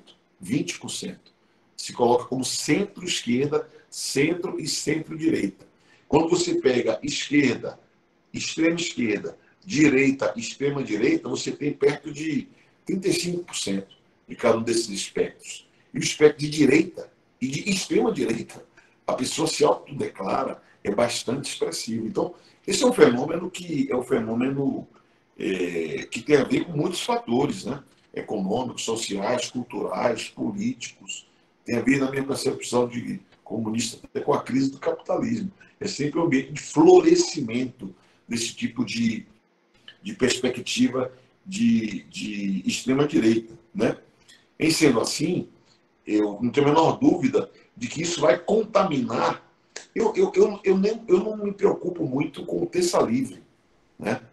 Mas eu acabei de vir um programa gravado na Rede TV, que é uma rede de TV aberta, uma concessão, né? Não é um site que juntou ali dos jornalistas, né? Vocês acompanham o Jovem Pan, né? Então, eu diria que esse é um fenômeno que veio para ficar. Em alguma medida, talvez até seja positivo que se caia a máscara, que se rompa com a lógica aparente da neutralidade e que cada empresa assuma o seu viés. Eu sonho com um dia que a Folha de São Paulo vai fazer editorial de jornalismo defendendo tal perspectiva e tal candidato. Para mim, isso é mais democrático, né? Eu sou de uma geração que viu a edição de um debate presidencial na TV que decidiu uma eleição presidencial, uma eleição que era parelha. Ali era fake news, para mim aquilo ali é fake news, entendeu? Aquilo ali é desinformação. Você editou para transmitir uma determinada imagem, uma determinada informação que não correspondia sequer ao que havia sido feito, ao embate vivido. Quem viu o debate e viu a edição ficava chocado. Só que a maior parte não viu o debate, só viu a edição, né? Então, eu vejo que é um fenômeno permanente, que veio para ficar, que não é relevante apenas os agrupamentos de jornalistas, os sites noticiosos, que se colocam como alternativa do mainstream, como você falou, mas vai além. Essa perspectiva vai atravessar a mídia tradicional, vai marcar a mídia tradicional, e a minha percepção é o que a gente está vivendo, uma certa convergência. É uma convergência. As empresas da mídia tradicional, elas vão viver um processo de convergência tecnológica e tendem, na minha impressão, a assumir certas identidades, até política, certas clivagens. E isso eu vejo com bons olhos, porque pode permitir que você separe o joio do trigo, né? Você saiba a que se refere e rompa com esse papinho de neutralidade da informação, etc., que é uma falácia, mas que engana muitos encantos. Bom, muito obrigada, deputado. Gente, faço uma pergunta. Nós temos ainda... Dá tempo para... A Bia tinha me falado que só pode ficar até as 8h30, e parece que também o deputado também tem um limite de tempo. Eu perguntaria, dá tempo ainda para fazer mais 2 perguntas, mais uma rodada com 2 perguntas, que foi o que até agora o pessoal colocou, ou a gente encerraria por aqui por conta do tempo do pessoal, aí da Bia e do Orlando? Se a gente puder fazer rapidinho e a gente responder mais rapidamente, também eu consigo no seu, Orlando. Sim. Vamos fazer rapidinho. Que ótimo. Que bom. Então, eu vou fazer logo a minha, porque me inscrevi. Enfim, ao longo desse ano todo de debates internos no grupo, né, eu cheguei... acho que 2 questões são importantes nesse debate, né? Essas 2 questões surgiram na fala de vocês, na fala de todo mundo. Mas uma coisa que me incomoda muito com relação ao projeto de lei das fake news é o fato de que os grandes meios, os monopólios, não estão previstos nessa lei. Eu sei que é algo bem dirigido à internet, mas eu acho que tem que ter em conta que os maiores produtores de desinformação é o monopólio da comunicação. Né? E durante toda a história do Brasil, com relação aos meios de comunicação de massa, nem legislativo nem judiciário conseguiram colocar uma barreira à atuação dessa desinformação, dessa fake news. Né? A gente teve agora, recentemente, um golpe de Estado, em 2016, que foi uma articulação aí de alguns anos, né, dessa máquina de desinformação, que são esses meios ditos tradicionais. Né? Então, e a gente tem um exemplo também muito característico agora. Né? Essa guerra da Ucrânia, se a gente não tivesse informações via internet, né, via também outras redes sociais, a gente ia ficar com a narrativa desses monopólios, que a gente sabe que é uma narrativa bastante furada pró-OTAN, pró-Estados Unidos, né, e até inviabilizando a presença de grupos nazistas, e todo o golpe na Ucrânia, que foi em 2014. Então, a internet, a liberdade da internet, que a internet oferece, é a nossa possibilidade de se contrapor a esse grande outro monopólio, que é muito, na minha opinião, muito mais perigoso, né, para a democracia no Brasil. E uma outra grande questão também, que eu acho que está na ponta da língua e que a gente também se debate muito, é quem é que vai aplicar essas sanções, quem é que vai fazer essa moderação de conteúdo. Para mim, isso é mais importante. E, de novo, o judiciário brasileiro já deu mostras de que lado ele está. Né? Não é do lado da população, não é do lado do povo. Nós, recentemente, tivemos aí uma articulação entre mídia e judiciário para o golpe de 2016 e também para a grande Operação Lava Jato, que, na verdade, tinha um objetivo político muito concreto e que se acabou porque esse objetivo político acabou também. Né? E mais ainda, a gente vai atribuir a essas plataformas essa possibilidade de moderação. Eu lembro que essa semana, acho que há uns 2 dias, saiu notícia na própria Folha de São Paulo, dizendo que o WhatsApp, acho que temporariamente finalizou as atividades de 2 grupos relacionados à campanha ou relacionados à candidatura do ex-presidente Luiz Inácio Lula da Silva. Quer dizer, alegando que havia movimentações suspeitas e tudo mais, né? O que foi negado também pelo pessoal do PT. Né? Então, me parece que é muita força, muito poder na mão tanto do judiciário quanto, obviamente, dessas operações. Agora, claro, a transparência é algo que sempre precisa ser exigido. Mas eu gostaria de ouvir vocês sobre essas 2 questões. Né? Por que os grandes fabricantes de fake news, que é o monopólio da comunicação, a gente não consegue atingi-los por lei ou por qualquer coisa que seja, né? E também essa questão do judiciário e das próprias plataformas fazendo essa moderação. Obrigada. Acho que agora é a Rafaela. Isso, obrigada, Renata. Boa noite, deputado. Boa noite, Bia. Eu vou tentar ser bem breve na pergunta, que me interessa muito, pelos debates que a gente vem conduzindo, a questão dos agentes políticos.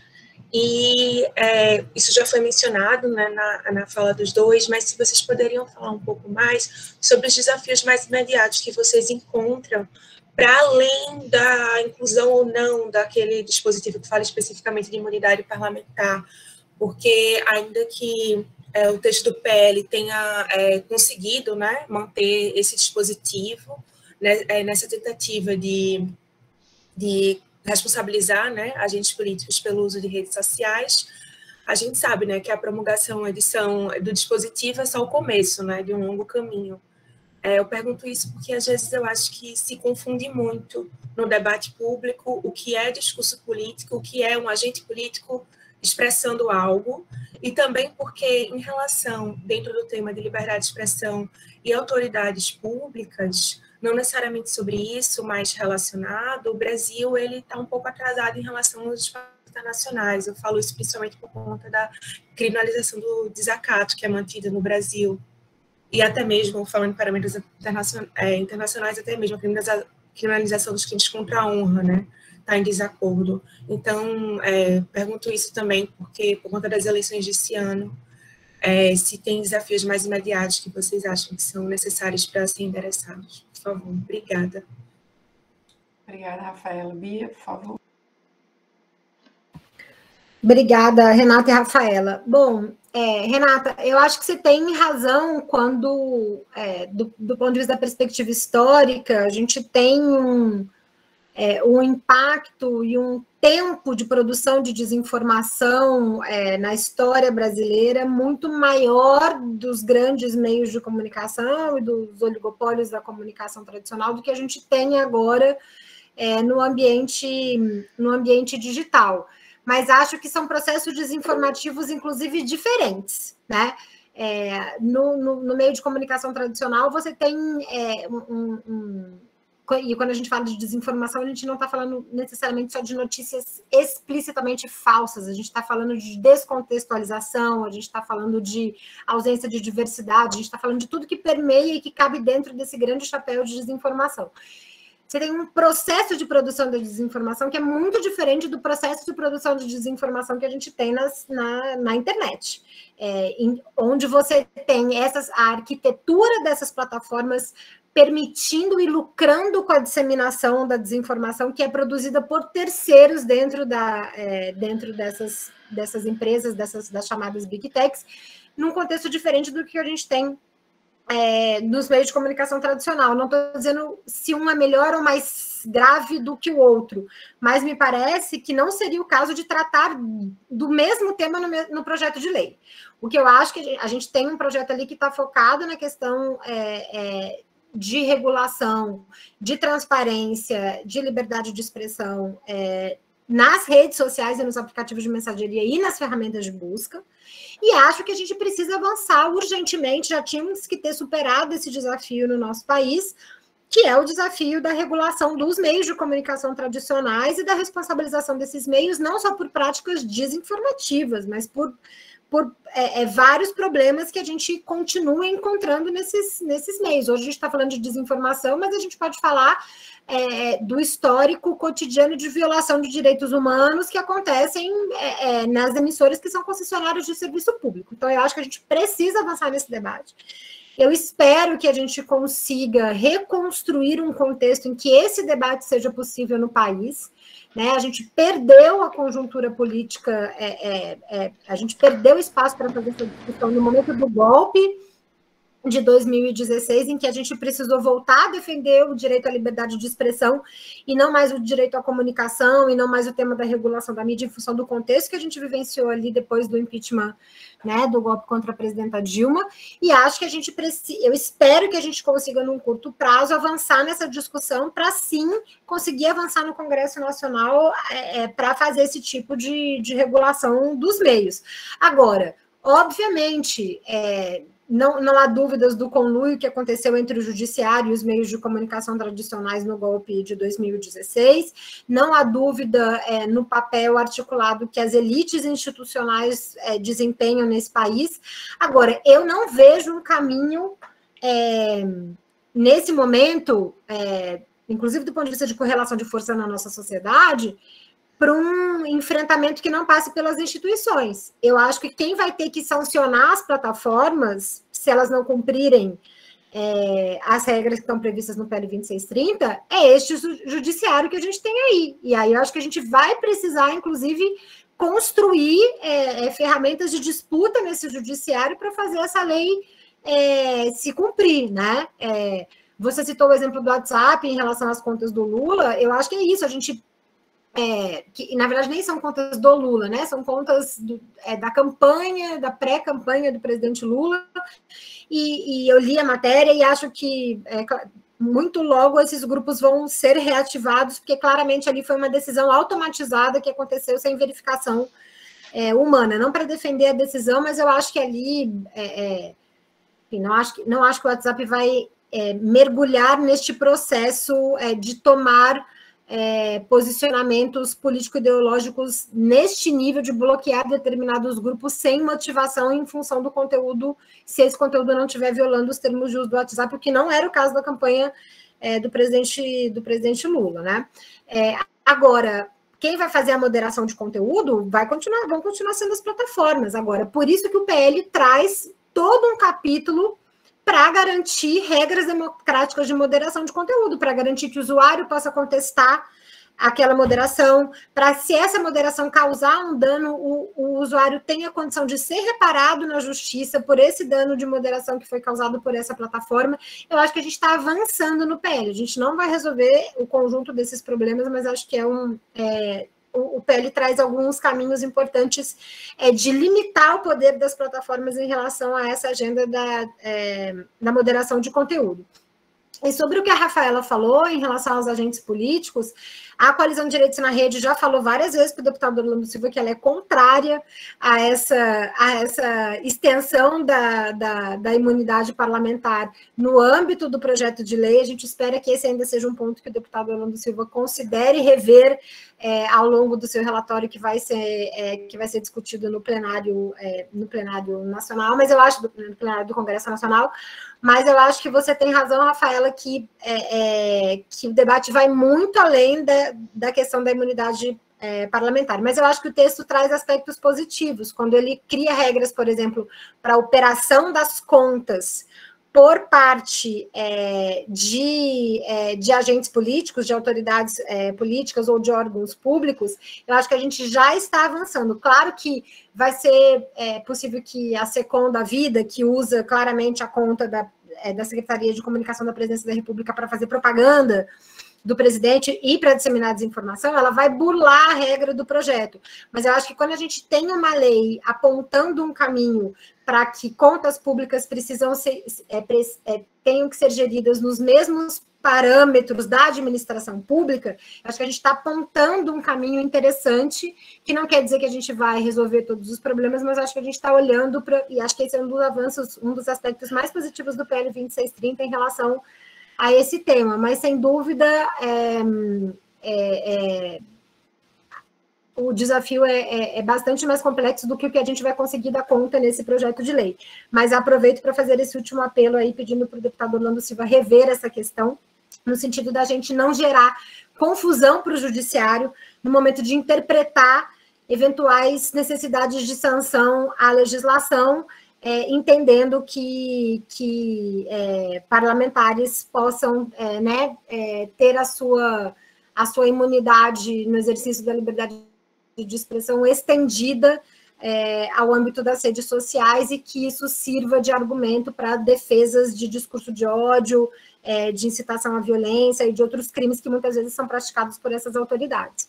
E aí eu vou pedir milhões de desculpas por não ouvir o Orlando agora nessa fala final dele, vou ser mal educada aqui, mas vou pedir desculpa porque eu realmente estou com uma agenda que eu já estou 15 minutos atrasada, e agradecer muito por poder fazer esse diálogo com vocês, é sempre um aprendizado muito grande, parabenizar pela iniciativa do Observatório, pelos debates, e vou ficar atenta à agenda do dia 21 para acompanhar também, se possível, e fico à disposição para a gente fazer essa conversa, que eu acho que esse ano o tema da liberdade de expressão é um tema central, não só na disputa eleitoral, mas para os rumos que a gente quer construir para o nosso país. Então, obrigada a todo mundo, na figura da Renata e da Ana Veloso, pelo convite. Muito obrigada, Bia, por sua participação e também por estender um pouco também do horário inicial que você tinha colocado para a gente. Espero que a gente tenha outras oportunidades também para debater. Um abraço. Deputado, por favor. Tá bom, obrigado, Renata. Tchau, Bia. Eu diria assim, Renata, que você tem razão quando situa a reforma, a regulamentação dos meios de comunicação como uma das reformas estruturais necessárias que o Brasil precisa fazer. E nós não fizemos. Quando tivemos uma condição política melhor, um ambiente político melhor, onde, eu diria assim, o campo democrático tinha um protagonismo político, nós não fizemos. Tem uma história famosa, atribuída a um líder político, que é muito meu amigo, uma figura muito importante no Partido dos Trabalhadores, que no começo do governo Lula, quando questionado o que fazer para comunicar para o nosso povo as ações do governo, etc., etc., etc., ele teria dito, veja, nós temos Jornal Nacional, nós temos da Rede Globo de televisão, né? Como eu conheço esse personagem, não duvido que ele tivesse coragem de falar algo parecido, que é uma certa ilusão de classe, eu diria, que nós vivemos enquanto tivemos uma liderança política, como o presidente Lula, com muita força política, com muita capacidade de diálogo e mobilização social. Então, eu diria, Renata, que nós temos que manter a regulamentação dos meios de comunicação. Na verdade, uma quase provocação, se nós tivéssemos um choque de capitalismo, porque a gente não tem nem a regra nos Estados Unidos, porque não é nem permitido você ter a propriedade, a concentração de propriedade, como existe no Brasil. Isso é um escândalo, o modo como funciona no Brasil. Os conglomerados monopolísticos de meio de comunicação no Brasil são escandalosos. Então, eu diria que esse é um desafio, tem uma dimensão econômica, uma dimensão política, uma dimensão cultural, e diria que isso tem que estar na agenda de reformas estruturais que um projeto popular, um projeto nacional de desenvolvimento de caráter popular precisa implementar. Ponto. E reconhecendo que não fizemos, nem tentamos na prática. É a mesma questão da comunicação pública, que é uma outra forma de ver o problema. Nós não fizemos um investimento na dimensão devida na comunicação pública no Brasil, francamente. Então, eu acredito que são questões como essas que deveriam inspirar a renovação de um projeto político no Brasil. Porque eu concordo contigo, eu dei o exemplo da eleição de 1989.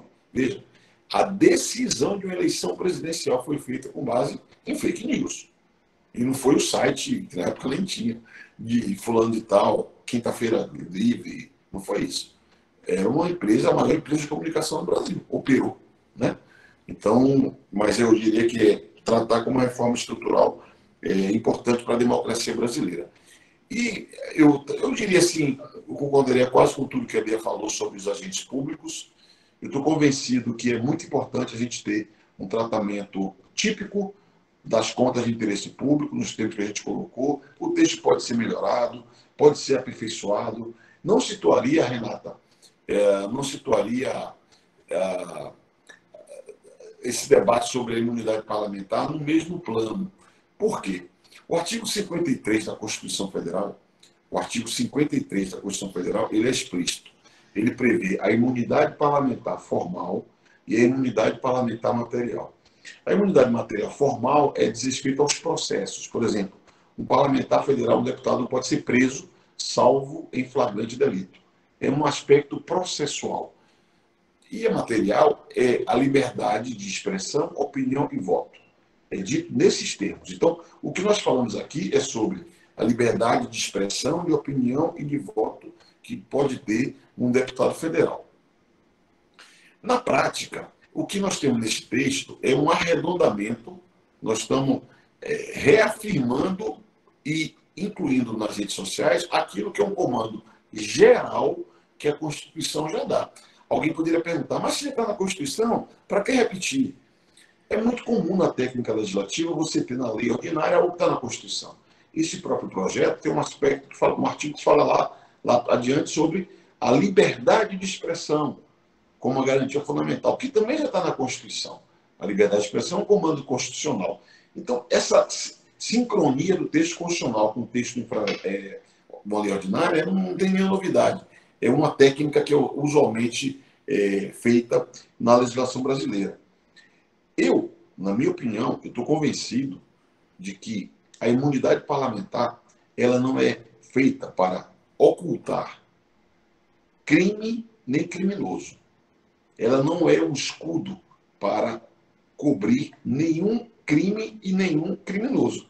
Tanto assim que você tem a imunidade parlamentar prevista na Constituição e tem parlamentares sendo processados por crime comum, em alguns casos, e esse famoso inquérito das fake news, E eu vou falar para vocês muito francamente, os chamados, é preciso tomar cuidado com os chamados crimes de opinião. Às vezes, numa dada circunstância política, a gente observa e, aparentemente, um movimento ou outro pode ser funcional para a nossa visão da política ou de outra, mas eu tenho muitas reservas, falando assim muito francamente, sei que aqui a gente tem responsabilidade, eu tenho muitas reservas com relação a esses aspectos de crime de opinião, porque o pau que bate em Chico, bate em Francisco. Quando a gente fala de garantir a imunidade parlamentar material, o direito de falar, hoje, alguns podem imaginar que isso vai ser permissivo para que um deputado bolsonarista fique fazendo fake news adiante.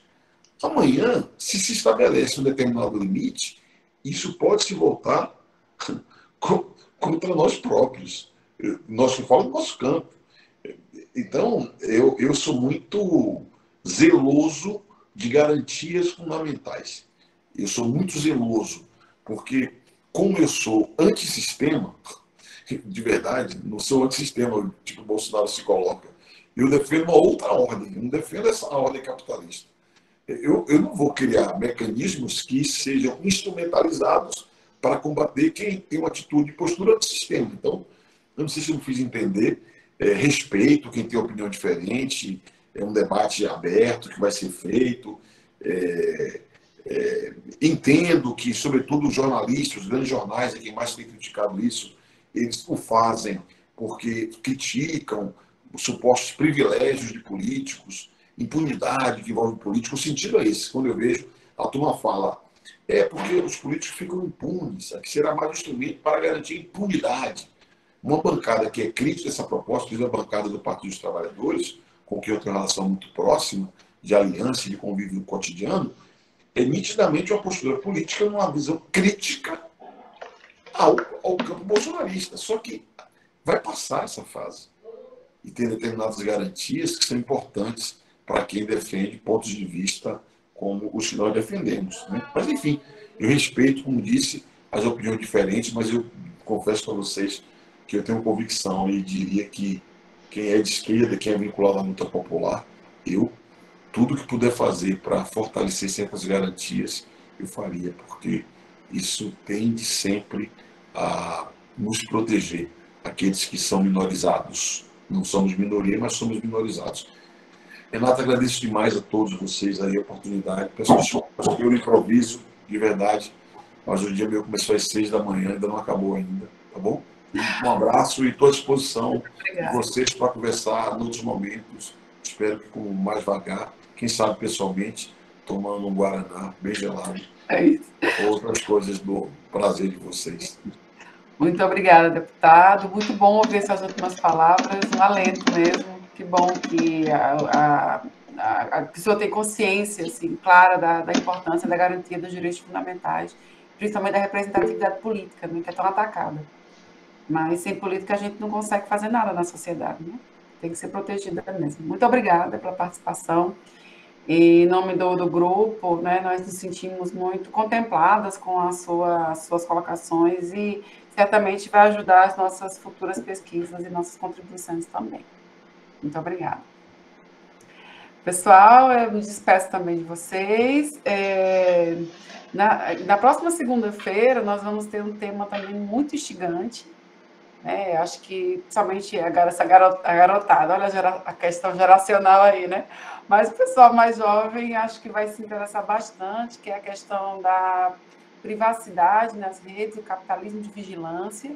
E quem quiser aí esquentar as turbinas já pode assistir o filme, né? Tem vários documentários na internet, mas a Netflix também tem, sobre o Edward Snowden, que fez revelações aí bombásticas em 2012, 2013, ao importante jornalista Glenn Greenwald, sobre a coleta e tratamento massivo de dados de todos os cidadãos de todos os países pela inteligência norte-americana, e o que significa para as nossas vidas, a política em geral, né, e o que significa para nós que somos usuários, né, das redes sociais.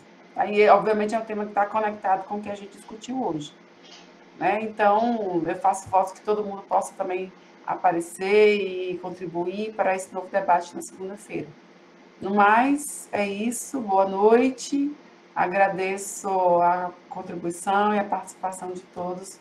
A gente, então, vai fortalecer esse debate sobre a liberdade de expressão ao longo do ano. Tá bom? É isso, pessoal. Um abraço.